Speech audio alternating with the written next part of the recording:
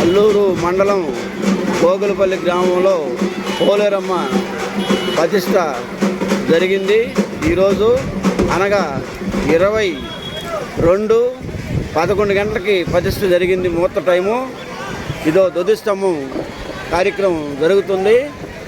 11:30కి ధ్వజస్తంభం కార్యక్రమం జరిగింది ప్రతిష్ట.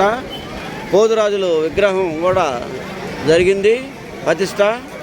ఈ గోగులపల్లిలో జనాలు చూడండి, ఇంటికి ఖాళీ చేసేసి ప్రతి ఒక్కరూ దేవస్థానం దగ్గరకు వచ్చి ఎంత ఆనందంగా చూస్తున్నారో చూడండి.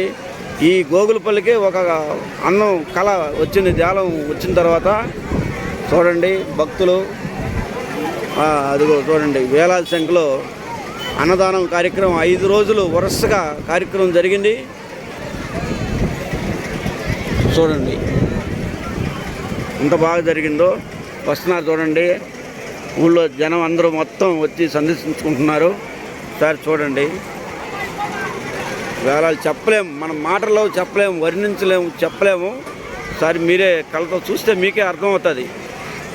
శిఖరాలు చూడండి, శిఖరాలు కూడా అమర్చారు జాలం పైన, ఎంత అందంగా ఉన్నాయో చూడండి. ఈ